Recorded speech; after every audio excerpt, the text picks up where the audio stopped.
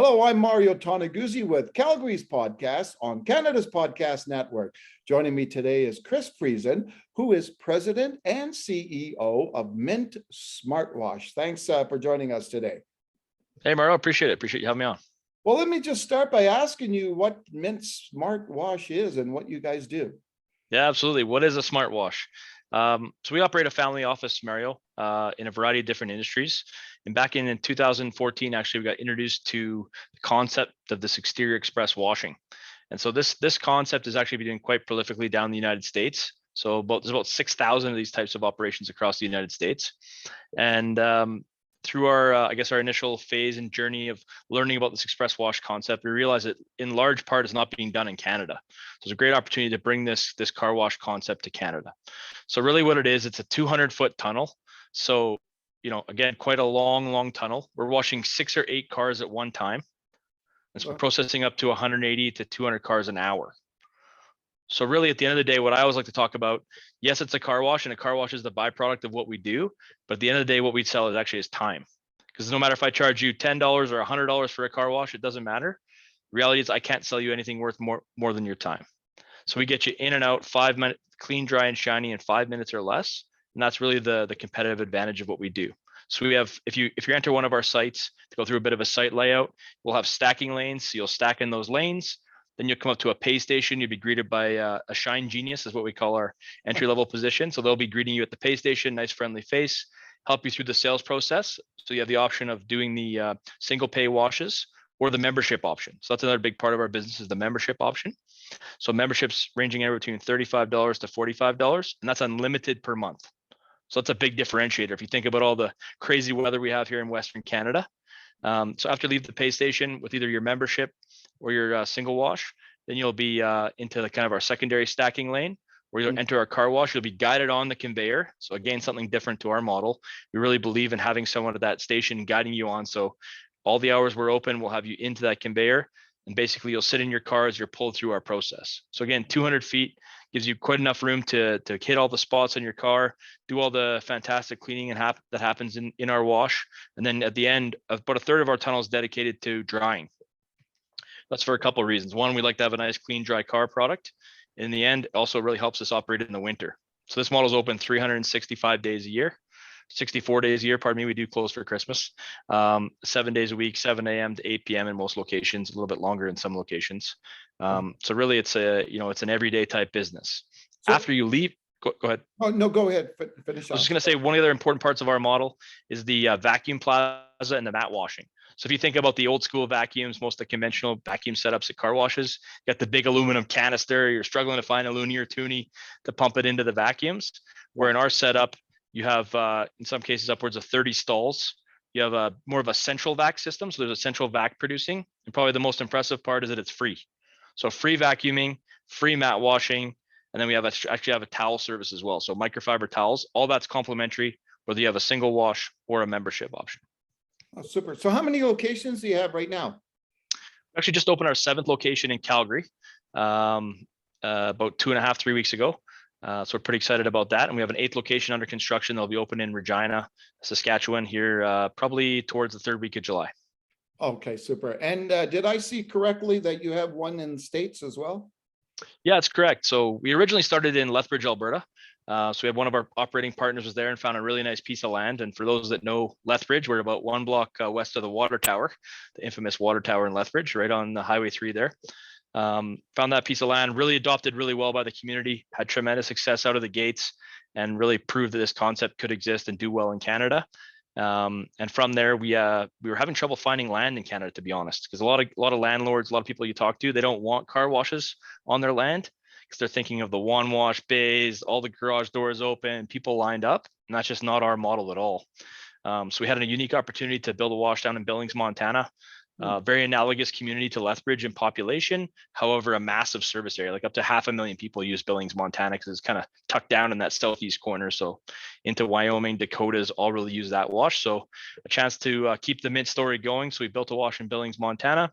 And then last year we opened in Medicine Hat, and then we've been on kind of a fury this year. So we opened 2 washes earlier this year in Edmonton, one in Red Deer, couple weeks ago in Calgary, and then Regina next week. So we'll be up to 8 washes, and I believe we're the largest express car wash company in Canada.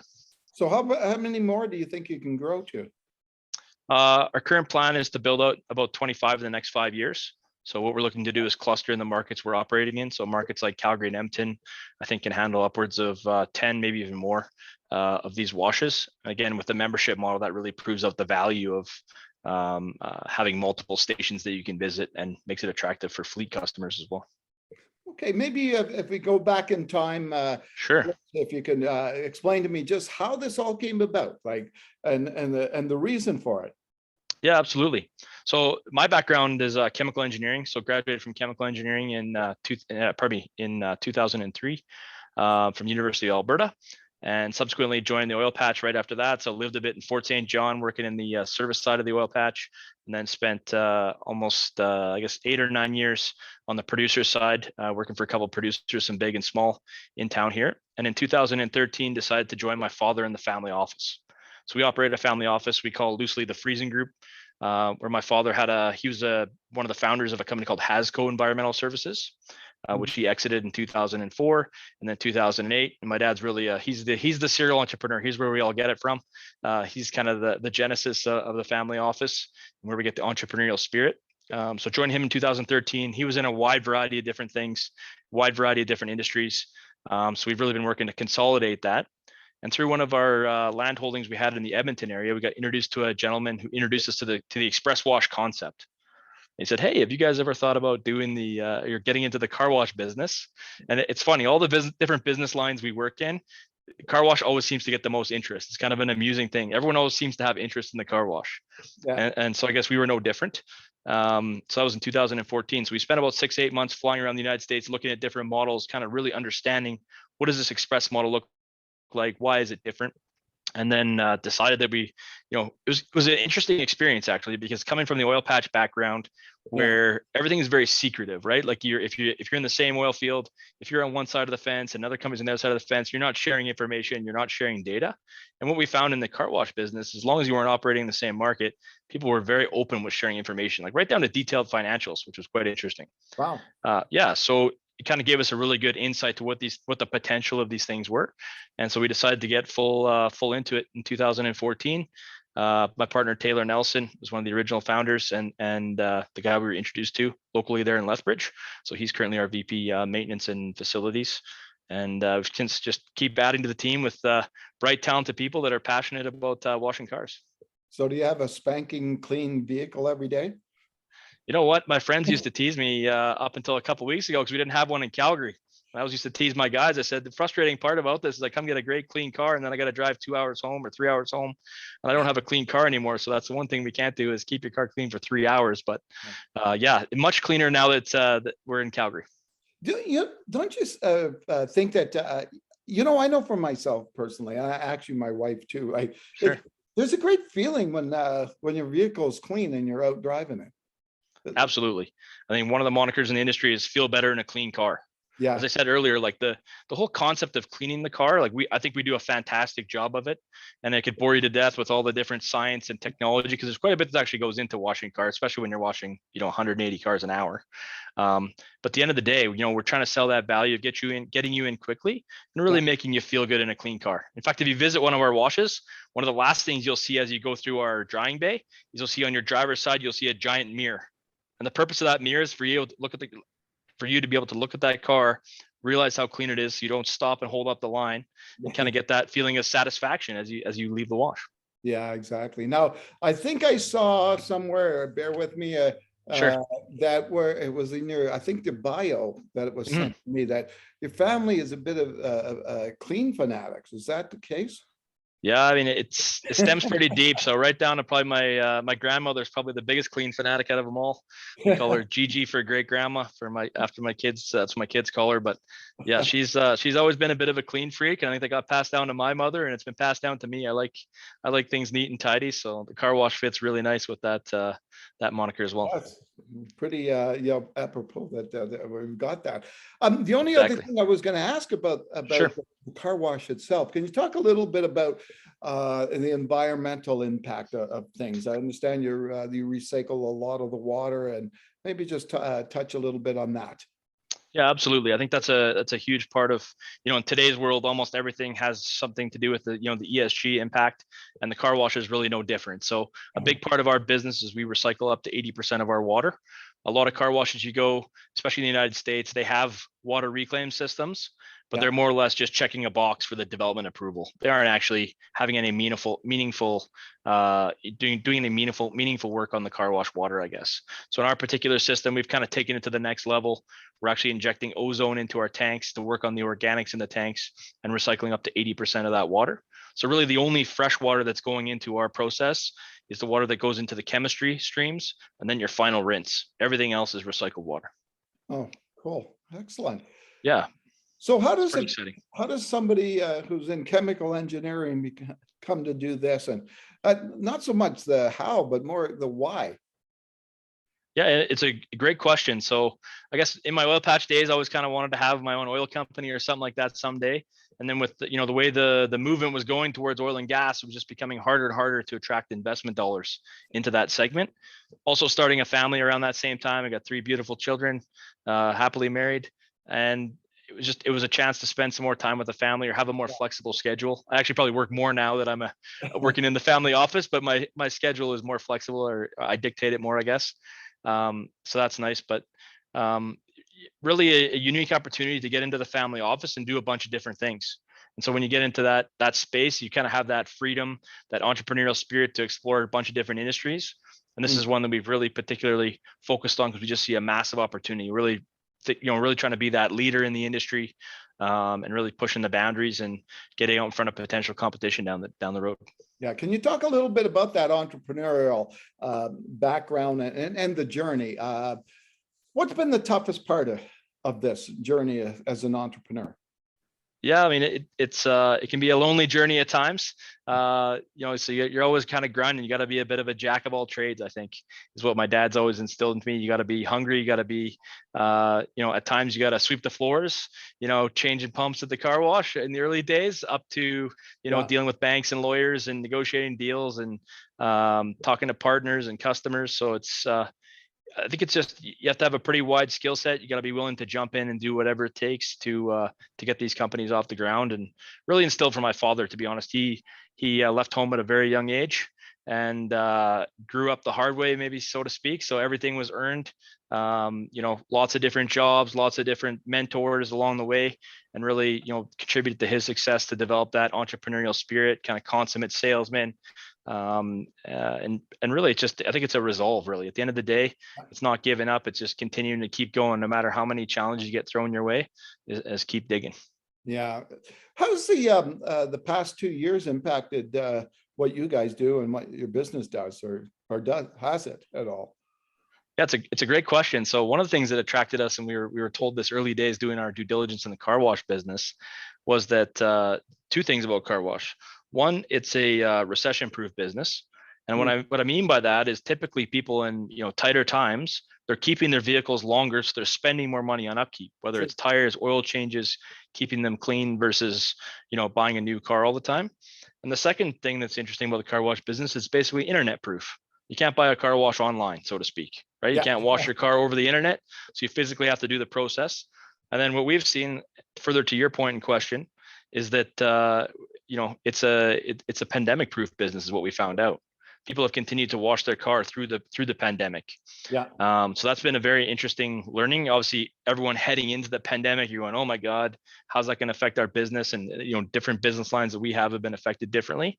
But very fortunate in the car wash business that people have continued to wash their cars and continue to support our business segment. So to be honest, it's certainly the numbers have come off a little bit, and we're already starting to see them come back up to return to a more of a norm. But very fortunate to do very well through the pandemic. Mm-hmm. Now, you mentioned a few times here what you've learned from your father. Just wondering if along the journey, and were there others, or maybe not so much others, but other examples of entrepreneurs that caught your attention, or books that you read that maybe stuck with some advice for you? Yeah, great question. So one of the interesting things growing up in an entrepreneurial family is you tend to attract to other entrepreneurs. So I think just being around my dad, seeing his partners in Hazco, growing Hazco, a lot of his peer-to-peer business groups, you see from a wide variety of different industries. So I've been very fortunate, I think, at a very young age, to be exposed to a lot of different entrepreneurs.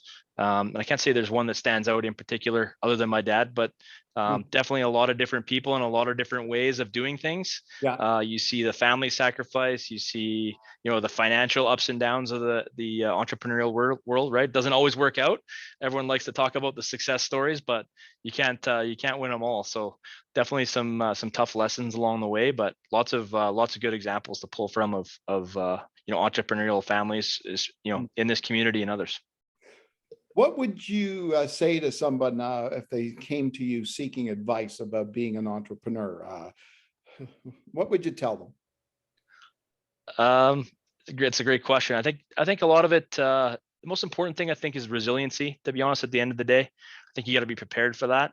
Not everything's going to work out as per plan. In fact, your plan's probably wrong the minute you make it.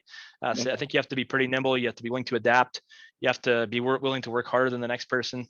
So I think the big thing is probably resiliency. Always, if you get beat down, you got to be able to get back up and find a different angle or a different way, or get a different situation, or be able to call an audible, to use a sports analogy, along the way, to be able to make it go.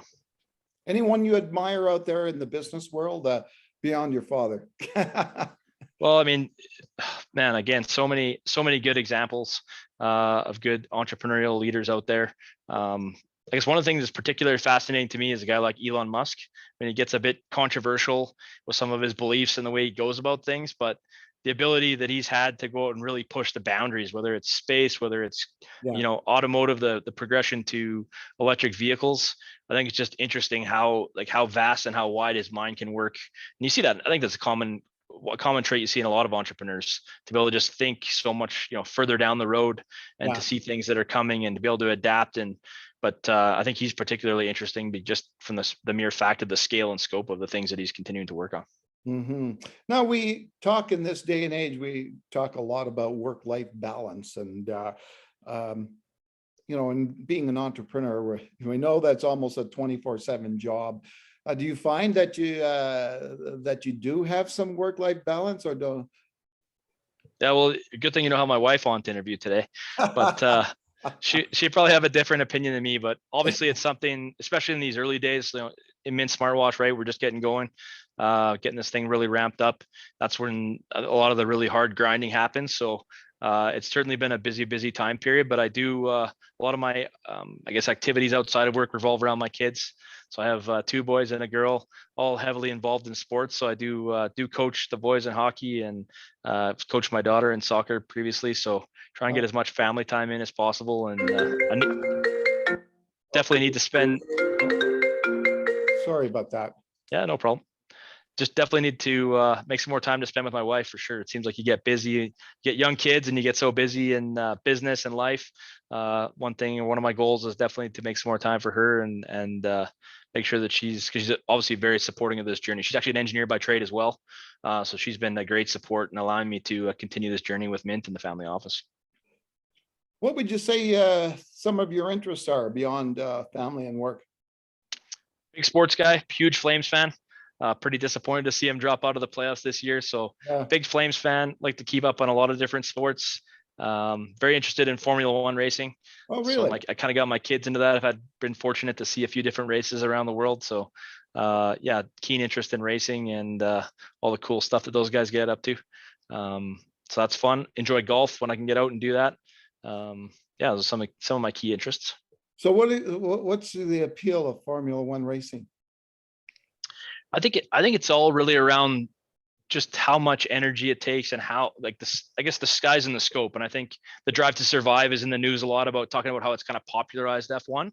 I've been a fan for a long time, pre the Netflix series, but I think what really interests me is just people don't realize how much technology those guys are continually pushing the boundaries, looking for new ways to go faster, and all just the whole scope and scale of, moving things around the world. I find it just fascinating. It's absolutely fascinating what these guys get up to. Yeah. All right. Super. Well, thanks very much, Chris, for joining us today. Appreciate it, Mario. Thanks for having me on, and look forward to seeing everyone out at the Mint Smartwash near you. All right. And I like the idea of the membership thing. Boy, in Calgary, we sure need it, right? It's almost like every day you get out there and your vehicle's dirty. That's the beauty of it. I mean, you don't have to think about the weather anymore. You got a hot day, you get your car washed. If it snows tomorrow, you don't care, you get it washed again. So that's the beauty of our model. No more waiting in lines. You get through quick too. All right, super. Thanks, Chris. All right, that was Chris Friesen, who is president and CEO of Mint Smartwash. This is Calgary's podcast with Mario Toneguzzi on Canada's Podcast Network. Thanks for joining us today.